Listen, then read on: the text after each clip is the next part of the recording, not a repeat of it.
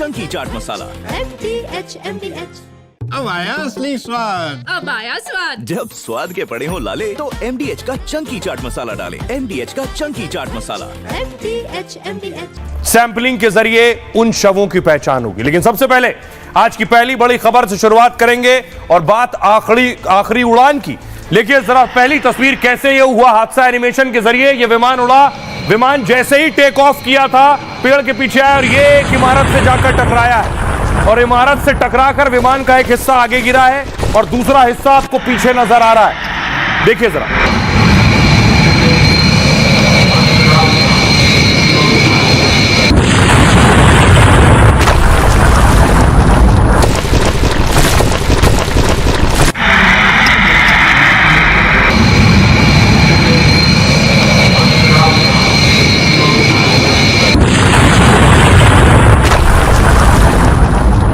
विमान हादसे की हूबहू तस्वीर है जो आप पहली बार देख रहे हैं एनिमेशन के जरिए। विमान जैसे ही टेक ऑफ करता है रनवे से आगे बढ़ते ही फौरन देखिए क्रैश हुआ, इमारत से टकराया, आगे का हिस्सा बाहर बिल्डिंग के गिर गया और एक हिस्सा पीछे का हिस्सा बिल्डिंग के अंदर रह गया। ऐसे हुआ है यह विमान हादसा।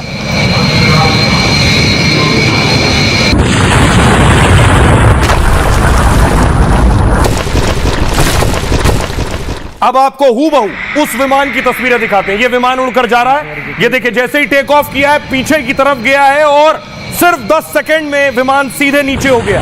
और उसके बाद आप ये देख रहे हैं आग का गोला और ये गुबार जो आपको नजर आ रहा है, पूरा विमान आग के रूप में तब्दील हो गया। देखिए सवारी कितनी थी।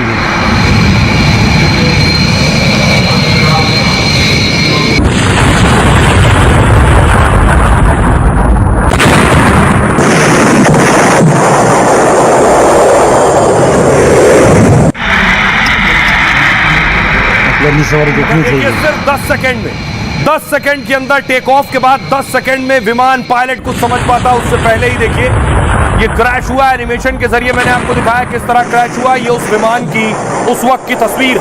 क्रैश होने के बाद का आलम देखिए जरा, आग का गुबार देखा, उसके बाद धुएं का गुबार देखिए। ये इमारत से आपको धुआं उड़ता नजर आ रहा है, लोगों में अफरा तफरी है, लोग भाग रहे हैं। पहली बार लोग देख रहे हैं एक बड़ा विमान क्रैश हो गया है।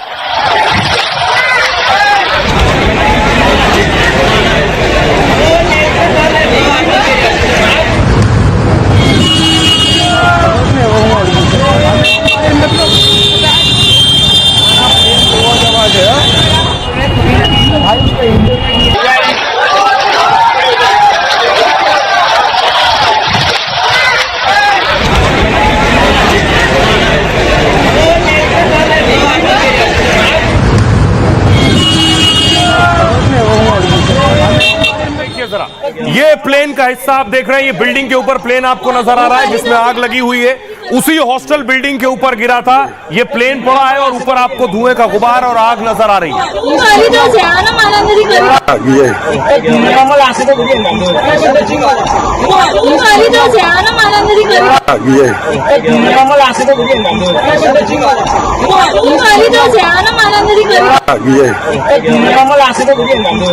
इमारत के ऊपर आपको नजर आ रहा है क्योंकि प्लेन उड़ान भर रहा था और नीचे आकर गिरा है तो कुछ हिस्सा इमारत के नीचे की माले पर टकराया और घुस गया और ऊपर का हिस्सा आप देख रहे हैं वो बिल्डिंग के ऊपर है। अगली तस्वीर देखिए, आगे का हिस्सा आगे निकल गया, पीछे का हिस्सा ये आप देख रहे हैं। ये है विमान की टेल, पूंछ उसकी जो दीवार में घुसी है, बिल्डिंग में घुसी हुई है और पीछे की तरफ आप पूंछ देख रहे हैं, आगे का हिस्सा आगे निकल गया था, ये फंस गई है बिल्डिंग के अंदर। ये हॉस्टल बताया जाता है जिस जगह ये विमान घुसा है। पीछे आपको नजर आ रहा है मेडिकल कॉलेज से टकराया, उसके हॉस्टल से टकराया बताया जा रहा है। और ये विमान के पीछे का ठीक पीछे का हिस्सा आप देख रहे हैं, ऊपर आपको विंग्स नजर आ रहे हैं, साइड में दो छोटे विंग्स, ये पीछे का हिस्सा है विमान का। तस्वीर में आपको दिखाऊं, ये पिक्चर है, ये जो अभी आप तस्वीर आप देख रहे थे विजुअल्स में, ये पिक्चर में देखिए ये पूरा पीछे का हिस्सा है।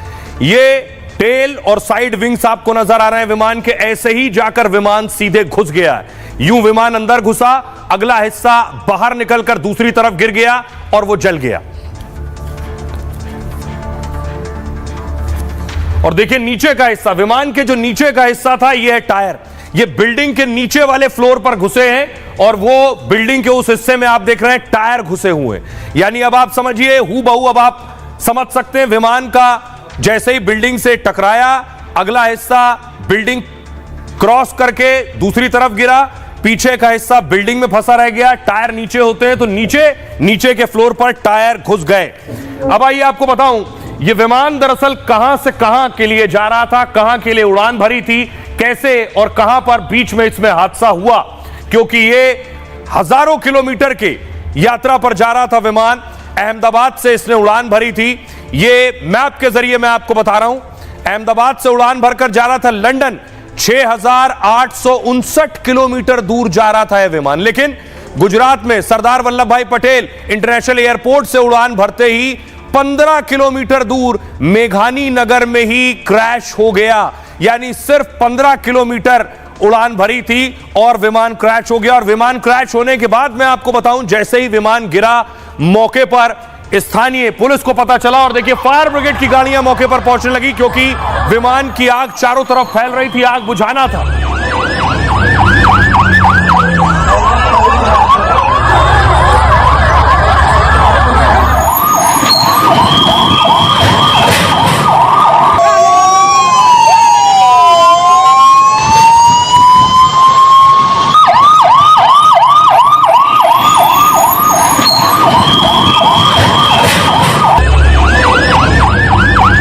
फायर ब्रिगेड मौके पर पहुंची और आग बुझाने की कोशिशें शुरू की, क्योंकि इमारत में भी आग लग गई थी, हॉस्टल में भी आग लग गई थी और यहीं आकर विमान घुसा था।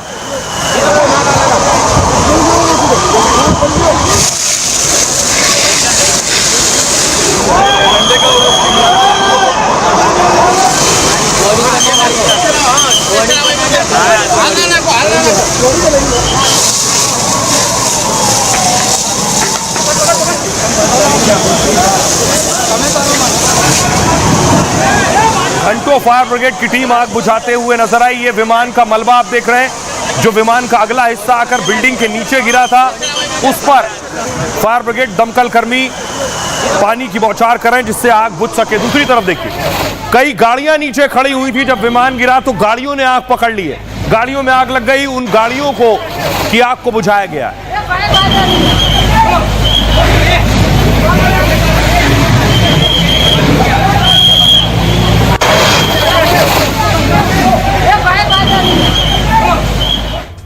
और इसके बाद वहां इस हादसे के बाद सोचिए 242 लोग विमान में सवार थे। विमान जलकर राख हो गया और जो लोग विमान में थे उनकी बॉडीज, उनके शव पूरी तरह से जल गए और इस स्थिति में है कि उन्हें पहचाना भी नहीं जा सकता है।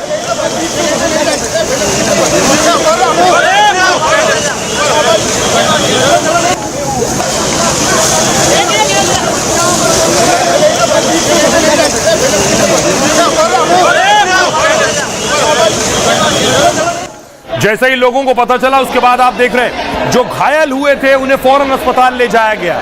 घायल में वो लोग भी शामिल थे जो उस हॉस्टल में मौजूद थे, हॉस्टल में मेस में खाना खा रहे थे, वो भी थे जिन्हें अस्पताल ले जाया गया।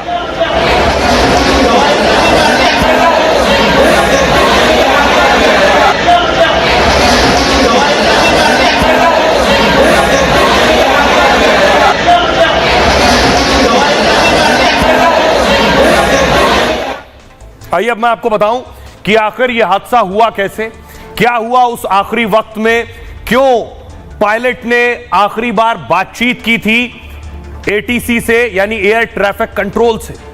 देखिए जरा क्या जानकारी मिल पाई है।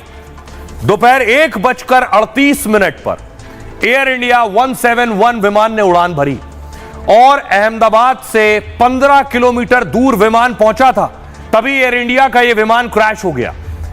टेक ऑफ के 2 मिनट बाद ही यह हादसा हो गया है, सिर्फ 2 मिनट के अंदर।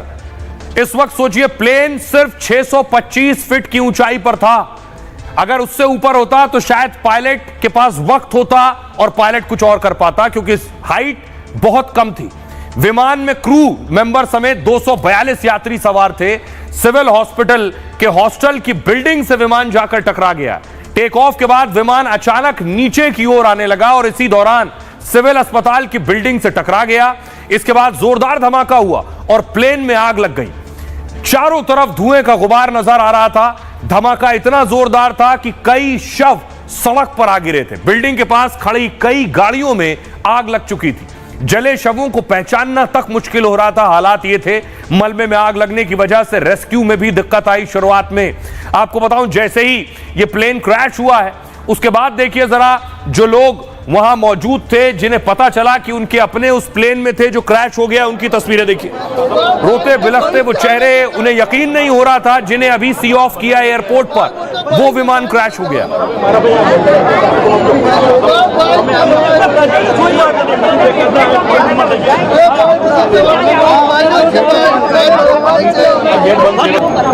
क्या कर सामने से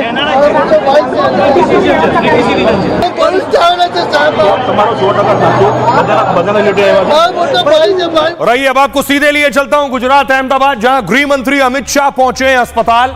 जो घायल वहां भर्ती हैं उन्हें देखने के लिए, उनका हाल जानने के लिए। ये तस्वीर आप देख रहे हैं अहमदाबाद की।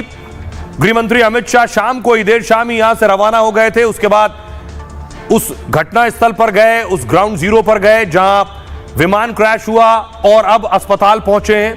जो लोग घायल हैं उनसे बातचीत कर रहे हैं।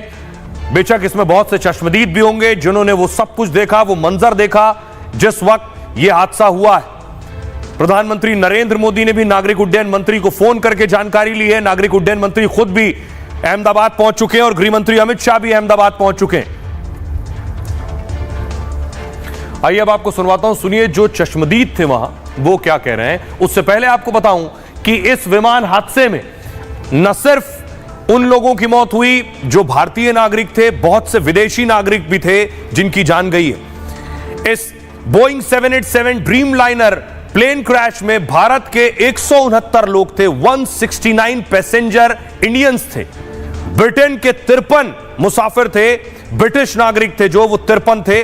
कनाडा का भी एक नागरिक था इसमें, और क्रू मेंबर यानी 2 पायलट और 10 क्रू मेंबर मिलाकर 12 लोग थे। ये 242 लोग सवार थे इसमें। आइए अब आपको सुनवाता हूं, सुनिए जरा क्या कहना है चश्मदीदों का। हमारी ट्रेन जा रही थी, 1 बजे जा रही थी। 1:10 की फ्लाइट थी और जा रही थी लंदन।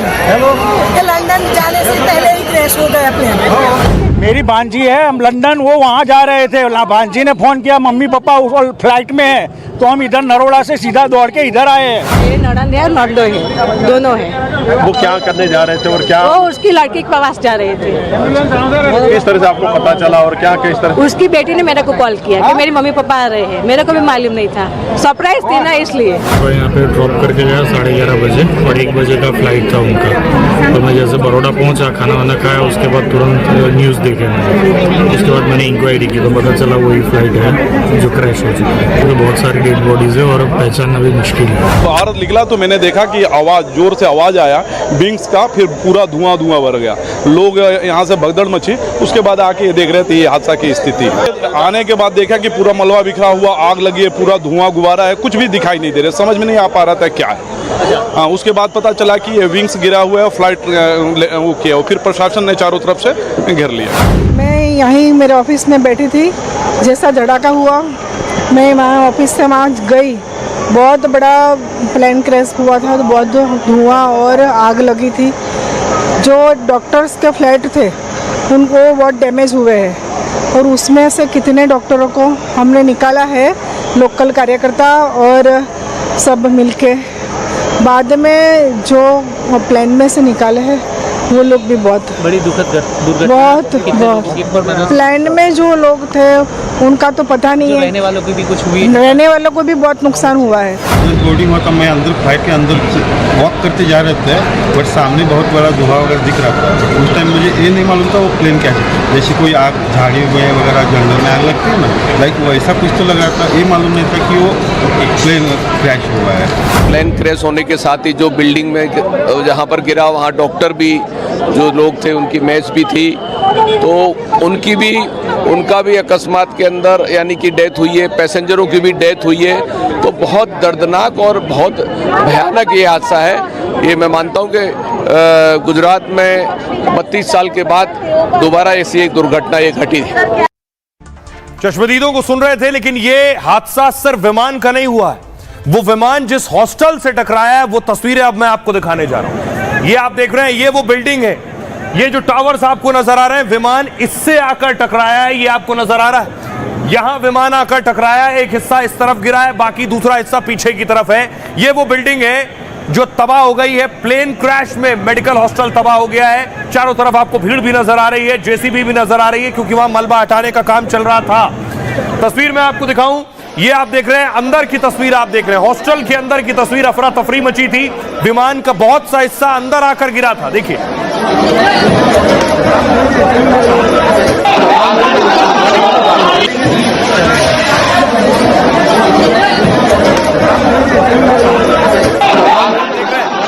इसमें बहुत से लोगों का सामान भी है। आपको बताऊं, जो लगेज होता है, लगेज बैग, वो भी विमान में था। जब विमान आकर टकराया, लगेज नीचे की तरफ होता। जब विमान आकर टकराया तो नीचे की तरफ का हिस्सा जो बिल्डिंग में इमारत से टकराया था, उससे सामान भी लोगों का निकल आया। वो भी तस्वीरें सामने आई, देख रहे हैं। ये जो आप बड़ा छेद देख रहे हैं, यहीं से विमान टकराया है आके। सोचिए, हॉस्टल में उस वक्त लोग मौजूद थे।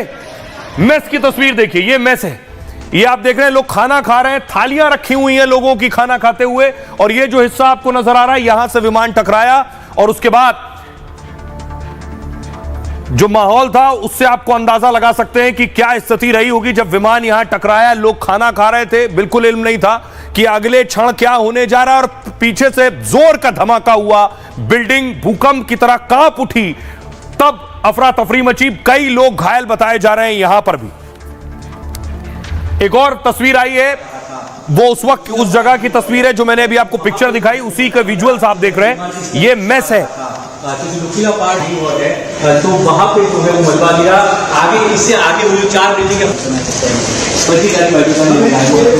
ये वो विमान का पहिया है जो आकर मेस से टकराया है। ऑफिस के नाम पे जिनको इलाज के लिए ले जाया गया, अब उनमें से कितने जिंदा है, उसका इलाज चल रहा है, वो जानकारी अभी तक इस हिस्से में मेरे भाई हुआ है, तो वहां पे जो है वो मलबा गिरा। आगे इससे आगे वो 4 बिल्डिंग अपने देखी जो पूरी तरह से काली हो चुकी है। चारों तरफ आपको अस्त व्यस्त तबाही नजर आ रही है, दीवारें टूट गई है। ये देखिए, ये प्लेन का हिस्सा जो आपको नजर आ रहा है, ढांचा जो लटक रहा है, ऊपर से छत तोड़कर वो मेस के अंदर घुसा है। ये देख रहे हैं, दीवारें टूट गई। ये प्लेन का टायर आप देख रहे हैं, नीचे का, पीछे साइड का। ऑफिस के नाम पे जिनको इलाज के लिए ले जाया गया, अब उनमें से कितने जिंदा है, उसका इलाज चल रहा है, वो जानकारी अभी तक। उस वक्त हॉस्टल में खाना खा रहे थे। अब देखिए जरा उस वक्त क्या मंजर होगा जिस वक्त हॉस्टल में डॉक्टर्स खाना खा रहे थे। मेडिकल कॉलेज का हॉस्टल था और इसमें भी कई लोग घायल हुए जिन्हें अस्पताल में भर्ती कराया गया है। यह स्थिति थी, ये आप देख रहे हैं। एक तरफ मेस में लोग लंच कर रहे थे, दूसरी तरफ प्लेन अंदर घुस चुका था। एयर इंडिया का प्लेन हॉस्टल की मेस की छत से टकरा गया और इस दौरान हॉस्टल में छात्र लंच के लिए जुटे हुए थे। छात्रों को थालियां परोसी जा रही थी, कुछ छात्रों ने खाना खाना भी शुरू कर दिया था। तभी बिल्डिंग में अचानक जोरदार धमाका हुआ, प्लेन सीधे मेस की छत से टकराता हुआ अंदर आ गिरा। मौके पर अफरा तफरी मच गई और इससे कई छात्र घायल हो गए। कई ईंट के टुकड़े आकर किसी के चेहरों पर भी लगे। जैसे ही यह विमान अंदर घुसा, दीवार फाड़ता हुआ, तो कईयों के चेहरे पर ईंट आकर लगी, किसी के सिर पर ईंट के टुकड़े से चोट लग गई। घटना के बाद कुछ छात्र मेस के पीछे के हिस्से में थे, वो मलबे के पास पहुंचे और फंसे हुए साथियों को उन्होंने निकाला है। हॉस्टल स्टाफ और आसपास के लोग भी मदद के लिए दौड़े। घायलों को ट्रॉमा सेंटर और सिविल अस्पताल में भर्ती कराया गया है। यह थी उस वक्त की हालत। सुनिए जरा हॉस्टल में जो छात्र मौजूद थे वो क्या कह रहे हैं। हॉस्टल में कौन क्या काम कर रहे थे? मेरा लड़का है ना, वो ब्रेक पड़ा था खाने का, तो हॉस्टल में खाने गया था इधर।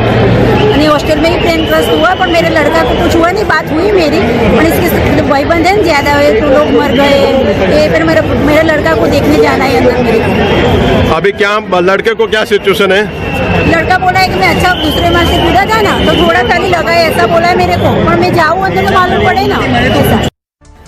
तो जो हॉस्टल मेस में खाना खा रहा था छात्र, उनकी माताजी को आप सुन रहे थे जो बता रहे थे क्या हुआ उस वक्त। लेकिन अब सवाल यह है कि हादसा जब हुआ, क्या अचानक हादसा हो गया, कुछ समझ नहीं आया, या फिर जो बोइंग 787 ड्रीमलाइनर था इसके पायलट ने आखिरी मैसेज दिया था। आइए आपको बताऊं पायलट ने कॉकपिट के अंदर से आखिरी बात क्या कही थी, क्योंकि सिर्फ 2 मिनट के अंदर विमान क्रैश हो गया।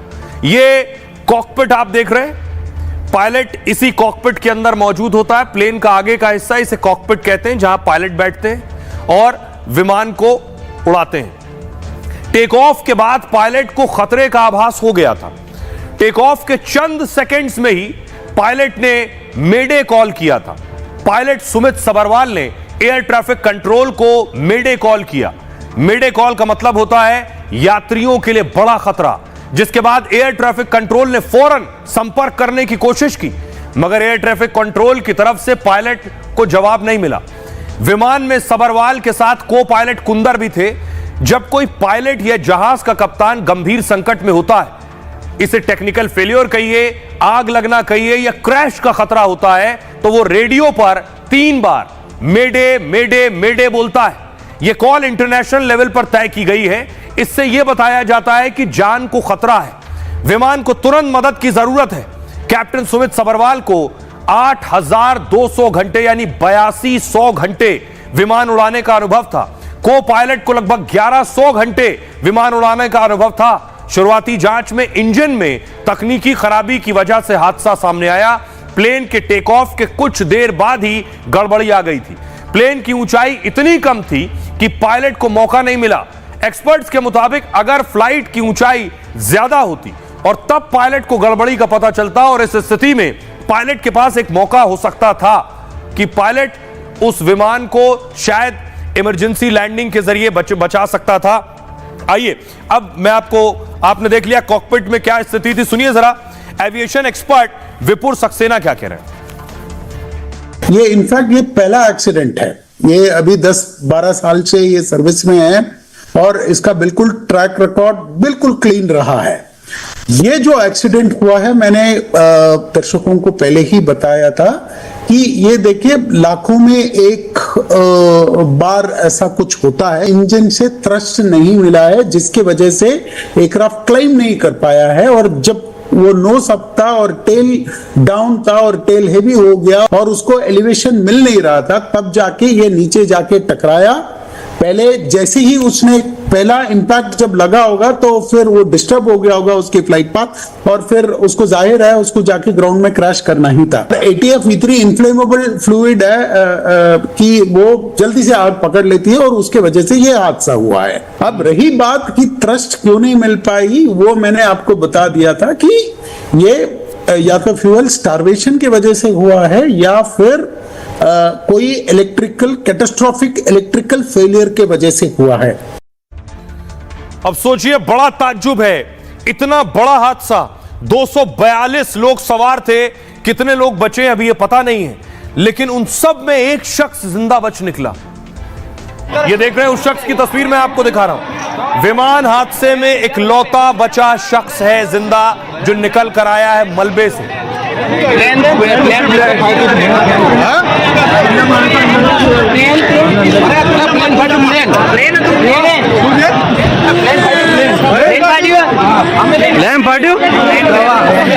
वाकई किसी चमत्कार से कम नहीं है। अगर चमत्कार जैसी कोई चीज होती है तो इसी ये कहा जा सकता है। मैंने आपको दिखाया विमान किस तरह से क्रैश हुआ, कितना भीषण हादसा था ये। कोई उस मलबे से निकलकर इस तरह से चलते हुए सामने आ जाए, इसे ही चमत्कार कहते हैं, अगर चमत्कार कहीं होता है। अगली तस्वीर देखिए, ये शख्स है, घायल था, उसे अस्पताल में भर्ती कराया गया है और यह शख्स जिंदा बचा है इस हादसे में। कैसे मौत को मात दी, कैसे निकलकर सामने आया, यह आपको बताऊं। और बड़ी बात यह है कि अब तक जो जानकारी मिली है उसमें सिर्फ यही शख्स है जो जिंदा बचा है। अहमदाबाद विमान हादसे में यही चमत्कार है, जब विश्वास कुमार रमेश इस हादसे में जिंदा बच गए। इनकी सीट नंबर थी 11A सीट नंबर पर यात्रा कर रहे थे। खौफनाक हादसे को बयां करते हुए कांप रहे थे। क्या हुआ उस वक्त, ये वो मंजर जो हम आप तस्वीरों में देख रहे हैं, ये उस विमान में बैठकर देख रहे थे। आंख खुली तो चारों ओर इनके लाशें ही लाशें थी। इन्होंने कहा मैं डर गया, खड़ा हुआ और बस दौड़ने लगा। टेक ऑफ के बाद जोरदार आवाज आई। सब कुछ इतना तेज था कि समझने का मौका भी नहीं मिला। उनके सीने, आंखों और पैरों में गंभीर चोटें हैं, लेकिन रमेश होश में हैं और बात कर पा रहे हैं। अहमदाबाद के सिविल अस्पताल में रमेश को भर्ती कराया गया। रमेश कुमार विश्वास ब्रिटिश नागरिक हैं। पिछले कुछ दिनों से भारत में परिवार से मिलने आए थे और अपने भाई अजय कुमार रमेश के साथ लंदन लौट रहे थे, लेकिन अजय का कोई पता नहीं चल पा रहा है। अब बड़ी बात यह है कि एक शख्स को आपने देख लिया जो जिंदा बच गया है, लेकिन दूसरी तरफ मैं आपको दिखाऊं, भूपेंद्र पटेल सीएम खुद पहुंचे थे अस्पताल। यह तस्वीर आप देख रहे हैं। मुख्यमंत्री अस्पताल पहुंचे क्योंकि उन्हें एहसास था कि बहुत से लोग गंभीर रूप से घायल हैं, बहुत सी जानें भी गई हैं। उसी वक्त 1 घंटे के अंदर यह तस्वीर साफ हो गई थी कि 100 से ज्यादा लोगों की जान जा चुकी है। अब यह आंकड़ा और ज्यादा बढ़ गया है। आधिकारिक आंकड़े अब तक सामने नहीं आए हैं कि कितने लोगों की मौत हुई है। अगली तस्वीर देखिए, गृह मंत्री अमित शाह उस घटना स्थल पर पहुंचे जहां प्लेन क्रैश हुआ था। उनके साथ खुद मुख्यमंत्री भी मौजूद थे।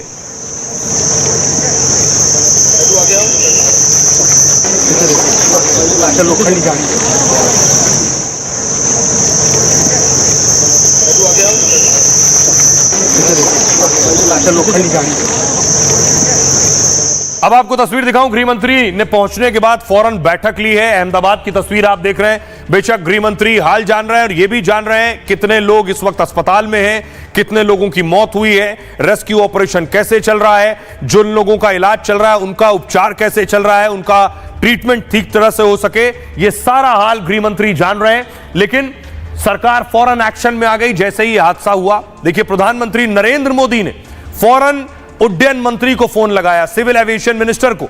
राहत और बचाव कार्य को लेकर निर्देश दिए पीएम ने। पीएम मोदी लगातार अपडेट लेते रहे पूरे वक्त। मंत्रियों और अधिकारियों के संपर्क में थे पीएम। हादसे के तुरंत बाद उड्डयन मंत्री भी अहमदाबाद रवाना हुए। खुद गृह मंत्री अमित शाह से भी पीएम मोदी ने बात की और इसके बाद अमित शाह भी अहमदाबाद रवाना हो गए। शाह ने गुजरात के सीएम भूपेंद्र पटेल से बात की, उनसे मुलाकात की। गुजरात के गृह मंत्री, अहमदाबाद पुलिस आयुक्त से भी बात की है। उड्डयन मंत्रालय ने बाकायदा हेल्पलाइन नंबर जारी किया है। साथ ही साथ अहमदाबाद एयरपोर्ट ने भी हेल्पलाइन नंबर जारी किया है और एयर इंडिया ने भी हेल्पलाइन शुरू की है। उसके जरिए जानकारी जुटाई जा सकती है जिनके घर के लोग इसमें यात्रा कर रहे हैं। तो सुनिए जरा सियासतदान क्या कह रहे हैं। बहुत दुख की बात है कि एयर इंडिया का एयरक्राफ्ट क्रैश हुआ है और जब एयरक्राफ्ट क्रैश होता है तो घटना बहुत बड़ी होती है। हालांकि सरकार खुद कोशिश कर रही होगी कि सभी यात्रियों को बचाएं, सुरक्षित पहुंचाएं। अहमदाबाद में एक प्लेन क्रैश हुआ है। बताते हैं अहमदाबाद से वह लंदन के लिए जा रहा था। बहुत सारे यात्रियों को अपनी जान गंवानी पड़ी है। ईश्वर से मैं सबकी सुरक्षित रहने की कामना करता हूं। और एक दुखद खबर इस बीच ये आई, तस्वीर मैं आपको दिखाऊं। प्रधानमंत्री नरेंद्र मोदी के बहुत करीबी पीएम मोदी खुद भी गुजरात के मुख्यमंत्री रहे। विजय रूपानी साहब भी गुजरात के मुख्यमंत्री रहे। विजय रूपानी साहब इस फ्लाइट में मौजूद थे। जैसे ही क्रैश हुआ उनके घर की तस्वीर मैं आपको दिखाऊं। अगली तस्वीर देखिए, उनके घर पर मृत्युंजय जाप हो रहा था। घर वाले उनके जीवित होने की कामना कर रहे थे, प्रार्थना कर रहे थे।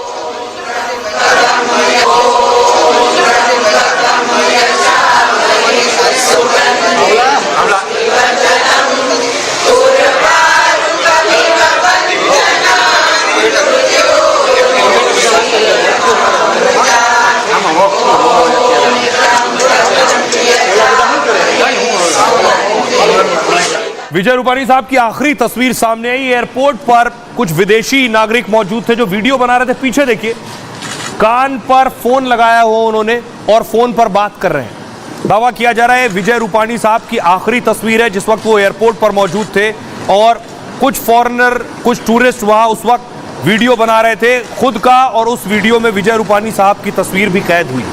लेकिन इस हादसे में उनकी मौत की खबर आई। गुजरात के पूर्व सीएम रूपानी जी भी इसी फ्लाइट में थे। अपनी बेटी से मिलने के लिए वो लंदन जा रहे थे। विजय रूपानी की पत्नी अंजलि लंदन में ही है। यात्रियों की लिस्ट में विजय रूपानी साहब का नाम 12वें नंबर पर था। फ्लाइट में उनकी सीट नंबर 2D दर्ज है। लंदन से उनके लौटने की टिकट भी सामने आई और हादसे की खबर के बाद कोहराम मच गया। रूपाणी साहब के घर के बाहर सन्नाटा छा गया। पड़ोसियों ने मंदिर में पूजा अर्चना शुरू कर दी। केंद्रीय मंत्री CR पाटिल ने रूपाणी साहब के निधन की पुष्टि की। 2 अगस्त 1956 को विजय रूपाणी साहब का जन्म हुआ। विजय रूपाणी का जन्म म्यांमार में हुआ था। उनके पिता कारोबार के लिए रंगून गए थे और 4 साल बाद 1960 में परिवार राजकोट लौटा। गुजरात में ही शुरुआती पढ़ाई हुई उनकी। छात्र जीवन से ही ABVP से जुड़े और 1971 में वो जनसंघ के साथ जुड़े। इसके बाद BJP से भी जुड़ गए। 1976 में आपातकाल के दौरान वो जेल गए। भावनगर और भुज की जेलों में 11 महीने तक कैद रहे। 1987 में राजकोट नगर निगम चुनाव लड़ा उन्होंने। 1996-97 तक वो राजकोट के मेयर रहे। 2014 में पहली बार विधानसभा चुनाव जीता और आनंदीबेन पटेल सरकार में मंत्री बने। 5 अगस्त 2016 को गुजरात के मुख्यमंत्री बने। आनंदीबेन को हटाकर उन्हें CM बनाया गया था और चुनाव से 16 महीने पहले इस्तीफा देकर उन्होंने चौंका दिया था। आइए आपको सुनवाता हूं, सुनिए जरा CR पाटिल क्या कह रहे हैं, उन्हें सुनिए जरा। हमारे नेता पूर्व मुख्यमंत्री श्री विजय भाई रूपाणी भी इसी फ्लाइट में अपने परिवार को मिलने के लिए जा रहे थे। वो भी इस हादसा का शिकार हुए हैं। भगवान उनकी भी आत्मा को शांति दे। भाजपा परिवार में ये बहुत बड़ी खोट आई है। हमारे पास सूचना आई थी और आज निकलने वाले थे। पहले तो बाद में निकलने वाले थे, लेकिन उसकी टिकट आज की हो गई और हमको मैसेज मिला है कि ये प्लेन क्रैश हो गई है। हम तो बहुत चिंतित है। हम बाजू में ही रहते। मैं ज्यादा नहीं बोल सकती। कितने साल से आप? और आइए अब आपको तस्वीरें दिखाऊं मैं। ये आप देख रहे हैं विजय रूपाणी साहब को श्रद्धांजलि दी जा रही है और उनकी तस्वीर लगाई गई है। बीजेपी के कार्यकर्ता, बीजेपी के नेता, ये बीजेपी का पार्टी ऑफिस है अहमदाबाद का, वहां की तस्वीरें आप देख रहे हैं।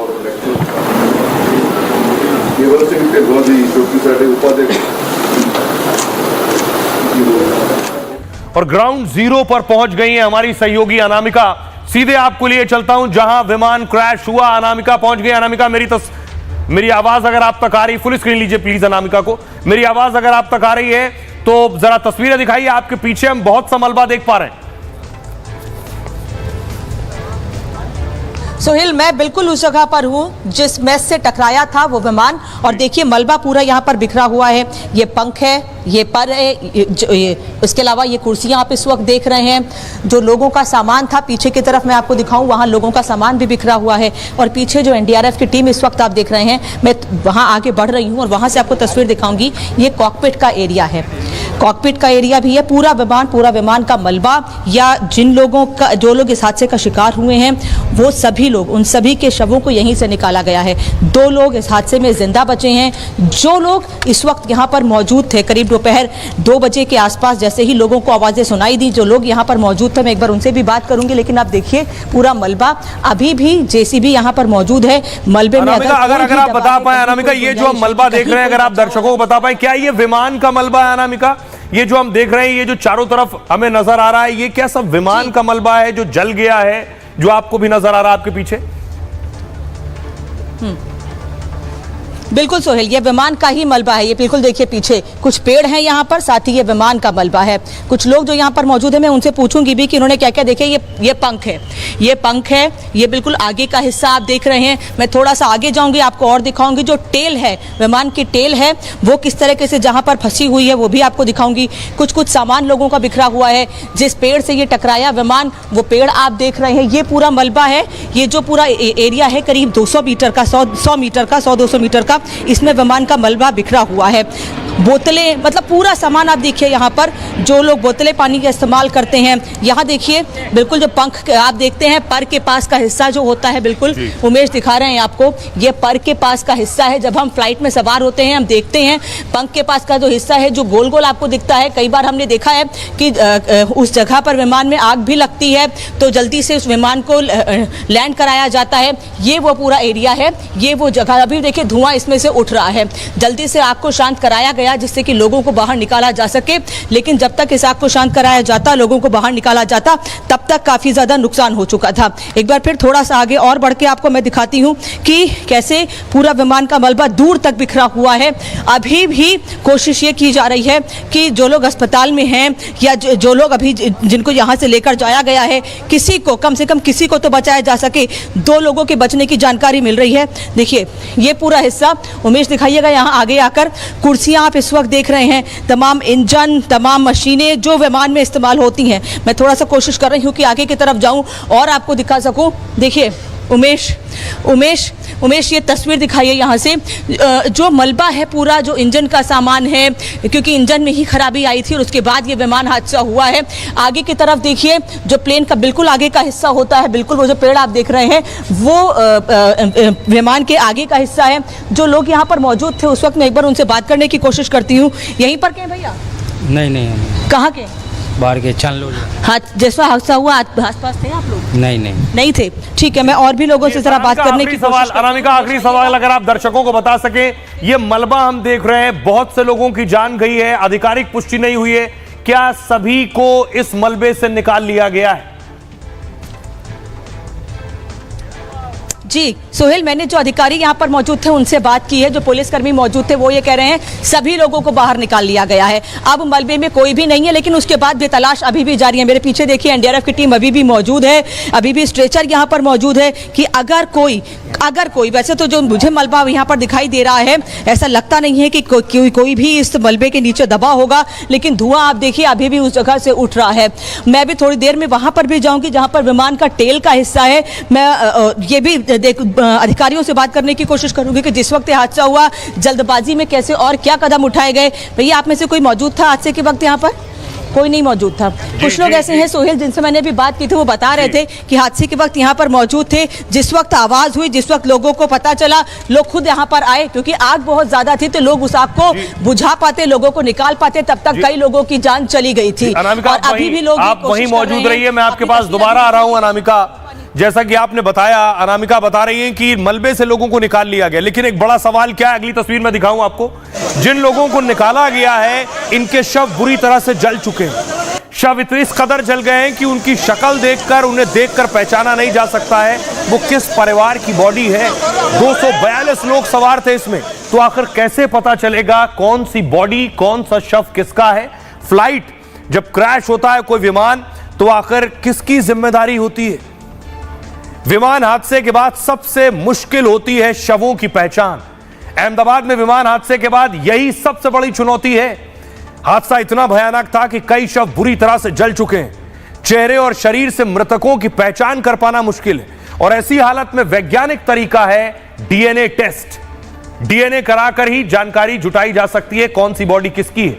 शव के टिश्यू, बाल या हड्डियों से डीएनए सैंपल लिया जाता है, फिर परिवार के किसी सदस्य से सैंपल को मैच किया जाता है।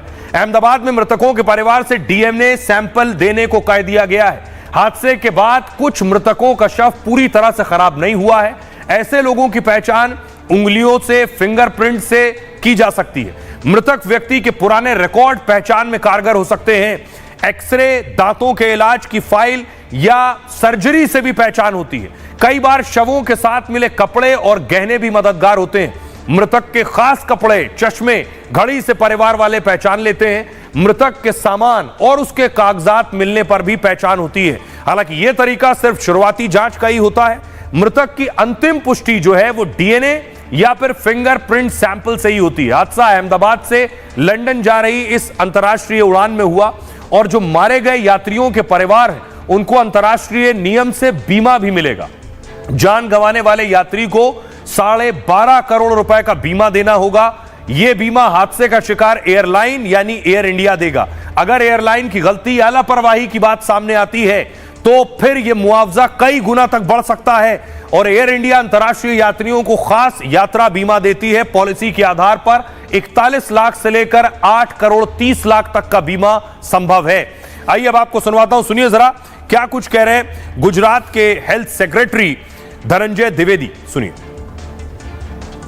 फ्लाइट के जो पैसेंजर है उनके जो सगे हैं, नजदीक के सगे हैं, उनसे रिक्वेस्ट है कि डीएनए टेस्टिंग की व्यवस्था हम लोगों ने बीजे मेडिकल कॉलेज के कसौटी भवन में की है। आप सबसे अनुरोध है, जिसमें खास तौर पे माता पिता अथवा उनके पुत्र पुत्री नजदीक के सगाओं में होते हैं, आपसे रिक्वेस्ट है कि आप डीएनए सैंपल के लिए कसौटी भवन में बनी हुई व्यवस्था पर अपने सैंपल दें, ताकि दुर्घटना के जो विक्टिम है उनका आइडेंटिफिकेशन जल्दी से हो सके। इस दर्दनाक हादसे के बाद पूरे देश से प्रतिक्रिया आई, पूरा देश दुखी भी है। क्या कुछ कह रहे हैं, कहा प्रधानमंत्री नरेंद्र मोदी ने, योगी आदित्यनाथ ने, आइए आपको बताता हूं। प्रधानमंत्री नरेंद्र मोदी को जैसे ही जानकारी मिली, उन्होंने लिखा, यह शब्द से परे दिल दहला देने वाली घटना है। अहमदाबाद में हुए हादसे से दुखी और स्तब्ध हूं और मैं रेस्क्यू में लगे अधिकारियों से लगातार संपर्क में भी हूं। गृहमंत्री अमित शाह ने लिखा, पूरा देश इस दुख की घड़ी में पीड़ित परिवार के साथ है।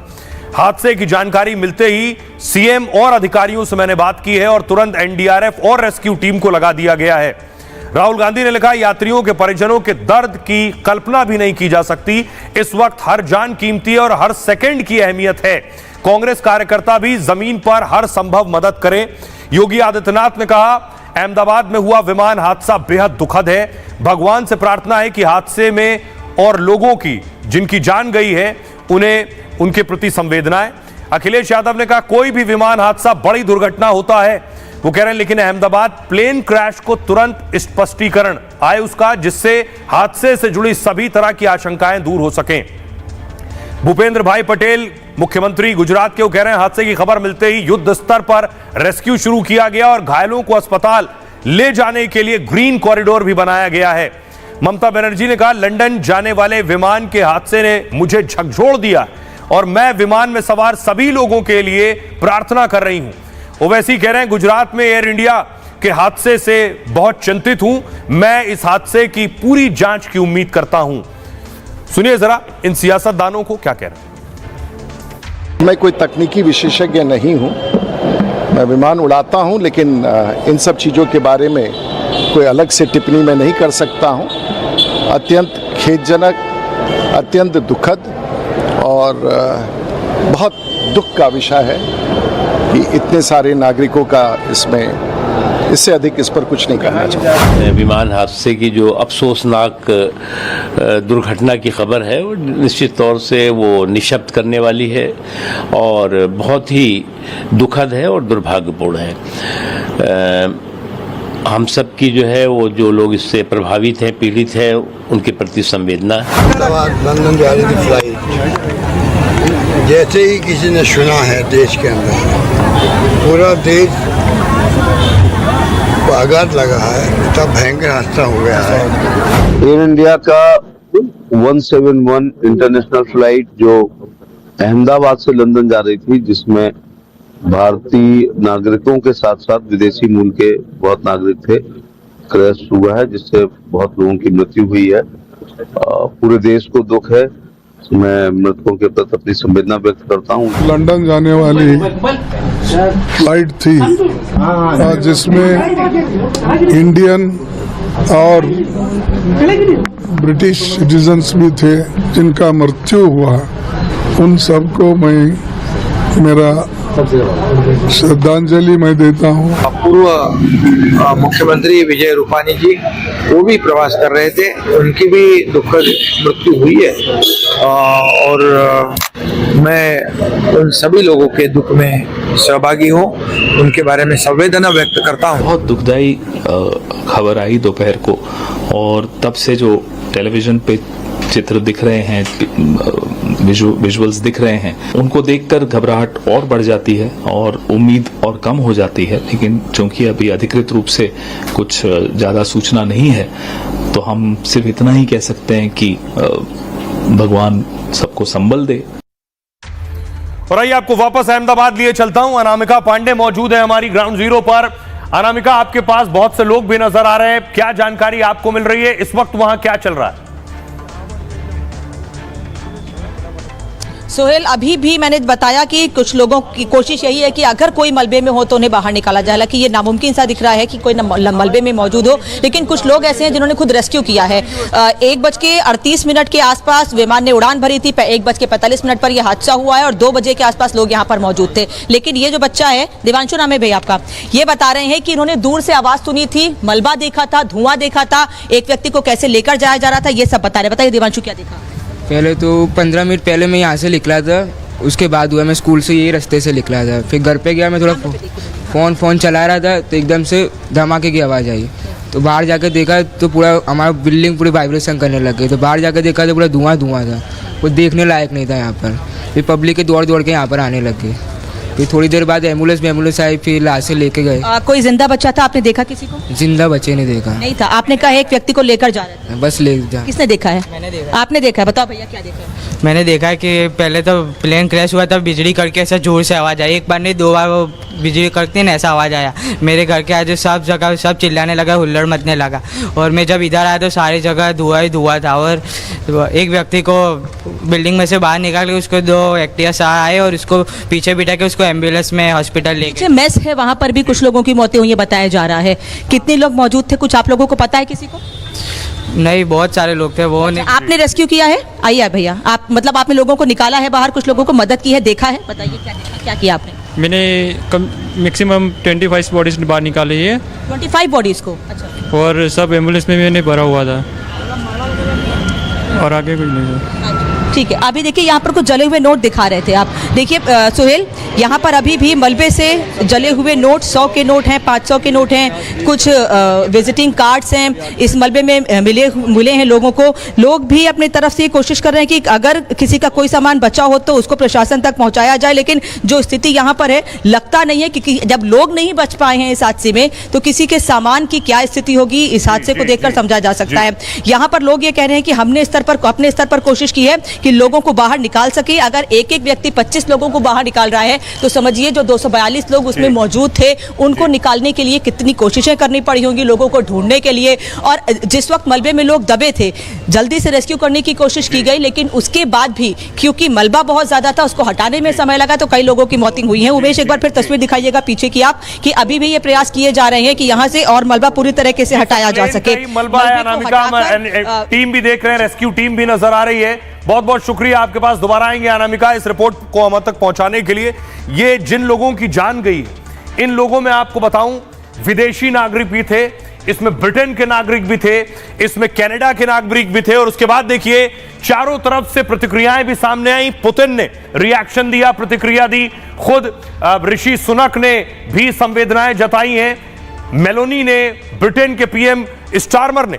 देखिए क्या कह रहे हैं ये नेता। भारत में जितना भीषण यह हादसा हुआ, इसके बाद सबसे पहले पुतिन का रिएक्शन सामने आया। पुतिन ने कहा, विमान हादसे पर हमें गहरी संवेदना है, मृतकों के परिवारों के प्रति मेरी पूरी सहानुभूति है, दुर्घटना में घायलों के शीघ्र स्वस्थ होने की कामना करता हूं। ब्रिटेन के पीएम कीयर स्टारमर कह रहे हैं, हादसे की तस्वीरें बहुत भयानक हैं, मैं घटना से जुड़े सारे अपडेट ले रहा हूं और मेरी संवेदनाएं यात्रियों और परिवारों के साथ हैं, क्योंकि ब्रिटेन के 53 लोग इस विमान में सवार थे। इटली की पीएम कह रही, मैं इस विमान हादसे से बहुत दुखी हूं, इटली की सरकार और अपनी ओर से संवेदनाएं व्यक्त करती हूं, भारतीय लोगों के साथ अपनी पूरी एकजुटता व्यक्त करती हूं। अध्यक्ष यूरोपीय यूनियन की कह रही हैं, अहमदाबाद हादसा एक भयावह दुर्घटना है, पीड़ित परिवारों और प्रियजनों के प्रति मेरी गहरी संवेदनाएं हैं। यूरोप पीएम मोदी के साथ इस दुख की घड़ी में खड़ा हुआ है। फ्रांस के राष्ट्रपति कह रहे हैं, हम इस विमान हादसे से भावुक हैं, मैं पीड़ित परिवारों के प्रति संवेदना व्यक्त करता हूं। सुनिए जरा गृह मंत्री क्या कह रहे हैं। घटनाग्रस्त हुई और कई पैसेंजर इसके अंदर हताहत होने की संभावनाएं हैं। इस घटना से पूरा देश क्षुब्ध है और पूरा देश एक साथ पूर्ण संवेदनाओं के साथ ये जो दुर्भाग्यपूर्ण हादसे में पैसेंजर हताहत हुए हैं, इनके परिजनों के साथ खड़ा है। सबसे पहले मैं भारत सरकार, गुजरात सरकार, भारत सरकार के प्रधानमंत्री जी और गुजरात सरकार की ओर से भी जो लोग हताहत हुए हैं इनके परिजनों के प्रति गहरी संवेदना व्यक्त करता हूं। 10 ही मिनटों में हादसे के भारत सरकार के पास सूचना पहुंची। तुरंत ही मैंने मुख्यमंत्री जी, यहाँ के गृह मंत्री, होम डिपार्टमेंट के control room, civil aviation department, civil aviation मंत्री, सभी से संपर्क किया। प्रधानमंत्री जी का भी तुरंत ही फोन आ गया और भारत सरकार और गुजरात सरकार के सभी डिपार्टमेंट एक साथ होकर राहत और बचाव कार्य में लगे। इस विमान में कुल मिलाकर 230 यात्री देश के और विदेश के और 12 क्रू मेंबर सवार थे। इसमें से एक यात्री का बचने का अच्छा समाचार मिला है, मैं उनको मिलकर आया हूं। मृत्यु का आंकड़ा तो डीएनए परीक्षण और यात्रियों की पहचान के बाद ही अथॉरिटी अधिकृत रूप से घोषित करेगी, मगर जो यात्री बचा है उसको मैं मिलकर आया हूं। घटना के तुरंत बाद गुजरात सरकार ने बहुत त्वरा से डिजास्टर मैनेजमेंट की सारी इकाइयों को अलर्ट करते हुए, चाहे हेल्थ डिपार्टमेंट हो, चाहे फायर ब्रिगेड हो, चाहे पुलिस विभाग हो, भारत सरकार की भी सीएपीएफ को संपर्क कर सभी ने एक साथ मिलकर राहत और बचाव का कार्य चालू किया। मगर 1.25 लाख लीटर ईंधन विमान के अंदर ही था और लगभग गर्मी, तापमान इतना ऊंचा हो गया कि किसी को बचाने की मौका ही नहीं मिला। अब मैं घटना स्थान पर भी जाकर आया हूं। सारे यात्रियों के मृतदेह को बाहर निकालने का काम लगभग समाप्त हो चुका है। जितने यात्रियों के परिजन यहां पहुंच चुके हैं वो सबका डीएनए लेने की कार्यवाही भी 2-3 घंटों में समाप्त हो जाएगी। विदेश में जिनके परिजन हैं उनको सूचना देने की कार्यवाही समाप्त हो चुकी है और जैसे ही पहुंचते हैं उनके भी डीएनए सैंपल लिए जाएंगे और मृतदेहों की पहचान के लिए जितने मृतदेह मिले हैं इनके भी डीएनए सैंपल लेने की कार्यवाही समाप्त हो चुकी है। गुजरात में ही लगभग 1000 के आसपास डीएनए टेस्ट करने पड़ेंगे। ये सभी टेस्ट करने की क्षमता गुजरात में विकसित है, तो डीएनए टेस्टिंग के लिए कहीं गुजरात के बाहर जाने की जरूरत नहीं पड़ेगी। गुजरात की एफएसएल और नेशनल फॉरेंसिक साइंस यूनिवर्सिटी दोनों मिलकर कम से कम समय में डीएनए का परीक्षण पूरा करने के बाद परिवारजनों को अपना मृतदेह परिजन का मृतदेह सौंपने का काम करेंगे। उनके रहने की सुविधा, उनकी सांत्वना की सुविधा, जिनको मेडिकल प्रॉब्लम ट्रॉमा के कारण हुए इनकी मेडिकल की सुविधा, ये सारी व्यवस्था बहुत सुचारू रूप से हो चुकी है। अभी रिव्यू मीटिंग में सारी व्यवस्थाओं को हम सब मंत्रियों ने साथ में मिलकर देखा है। एविएशन डिपार्टमेंट ने अपनी जांच शुरू कर दी है और जांच तेजी से आगे बढ़े, इसके लिए भी एविएशन मंत्री जी ने सूचनाएं दी है। मैं फिर से एक बार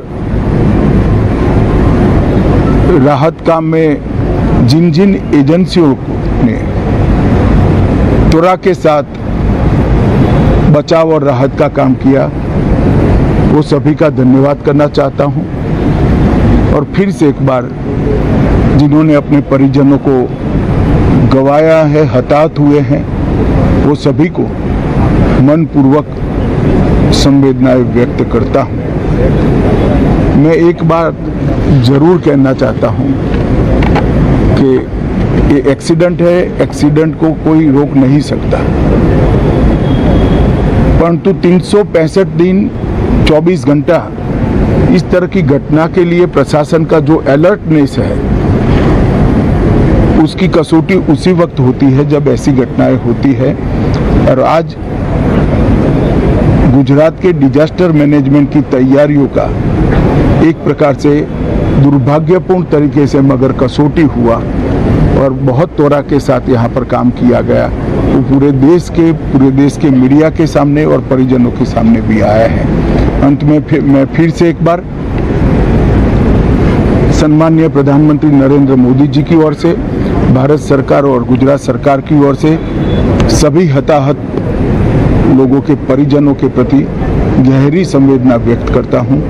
धन्यवाद। तो गृह मंत्री अमित शाह को आप सुन रहे थे, जो पीड़ित हैं उनके परिवारों की तरफ संवेदना व्यक्त कर रहे थे और साथ ही ये बता रहे थे कि डीएनए सैंपलिंग के जरिए पहचान होगी शवों की। लेकिन बड़ी चीज ये है, अगली तस्वीर में आपको दिखाऊं कि कैसे पता चलेगा कि हादसा कैसे और क्यों हुआ। उसके लिए ब्लैक बॉक्स ढूंढा जा रहा है, खोजा जा रहा है, जो विमान में होता है ब्लैक बॉक्स। मलबे से ब्लैक बॉक्स खोजा जा रहा है। क्या वो ब्लैक बॉक्स मिल गया, इसकी पुष्टि अब तक नहीं हुई, लेकिन ब्लैक बॉक्स से ही पता चलेगा कि विमान में हादसा क्यों और कैसे हुआ, उस आखिरी पल में क्या हुआ। अगली तस्वीर देखिए, इसे कहते हैं ब्लैक बॉक्स। इस पे लिखा flight recorder, flight data recorder भी कहते हैं इसे। अब यही ब्लैक बॉक्स खोजा जा रहा है। क्या है ये ब्लैक बॉक्स, कैसे इसके बारे में जानकारी मिलेगी और कैसे पता चलेगा कि आखिर इसमें क्या है। विमान हादसे के बाद ब्लैक बॉक्स की तलाश होती है। इस बॉक्स की, ब्लैक बॉक्स ही हादसे की असली वजह बताता है कि हादसा हुआ कैसे। यह विमान की उड़ान संबंधी जानकारियां रिकॉर्ड करता है। ब्लैक बॉक्स को फ्लाइट डेटा रिकॉर्डर भी कहा जाता है और इसकी मजबूत बनावट इसे दुर्घटना में भी सुरक्षित रखती है। ब्लैक बॉक्स का निर्माण टाइटेनियम मेटल से किया जाता है। यह धमाके, दुर्घटना, आग लगने के दौरान भी सुरक्षित रहता है।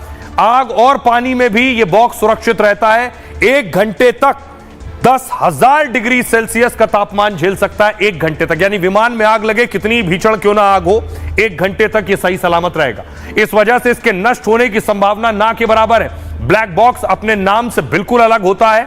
ब्लैक बॉक्स काला नहीं, चमकीले नारंगी रंग का होता है और इसका रंग लाल या गुलाबी भी हो सकता है, ताकि दुर्घटना की स्थिति में आसानी से इसे खोजा जा सके। प्लेन के पिछले हिस्से में इसे सुरक्षित रखा जाता है। विमान यात्रा के दौरान यह पूरा डेटा अपने में जमा करता है। विमान दुर्घटना के दौरान क्या हुआ था, तकनीकी खराबी या मानवीय गलती से हादसा हुआ, इसके डेटा को देखने के बाद साफ समझा जा सकता है कि हर विमान में 2 डेटा रिकॉर्डर होते हैं, एक दूसरे से जुड़े होते हैं। ये प्लेन की रफ्तार, उसकी ऊंचाई, इंजन की स्थिति और फ्लाइट का रूट, फ्लाइट की हर गतिविधियों को यह रिकॉर्ड करता है। इसमें कॉकपिट वॉइस रिकॉर्डर भी होता है।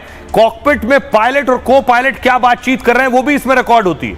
1 महीने तक बिना लाइट के भी यह काम कर सकता है, यानी हादसे के बाद अगर यह नहीं मिल रहा है तो 1 महीने में भी खोज लिया जाएगा, तब भी पता चल जाएगा। सुनिए जरा एक्स पायलट, पूर्व पायलट क्या कह रहे हैं।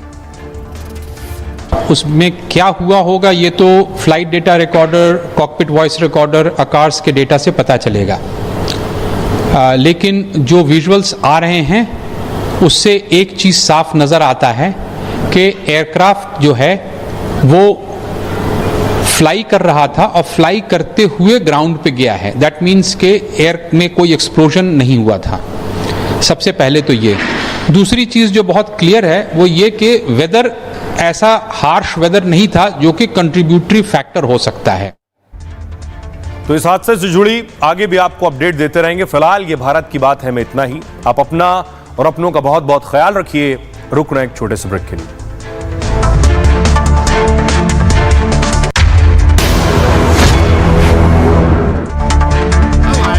स्वाद अब आया स्वाद। जब स्वाद के पड़े हो लाले तो MDH का चंकी चाट मसाला डालें। MDH का चंकी चाट मसाला। MDH अब आया असली स्वाद। अब आया स्वाद।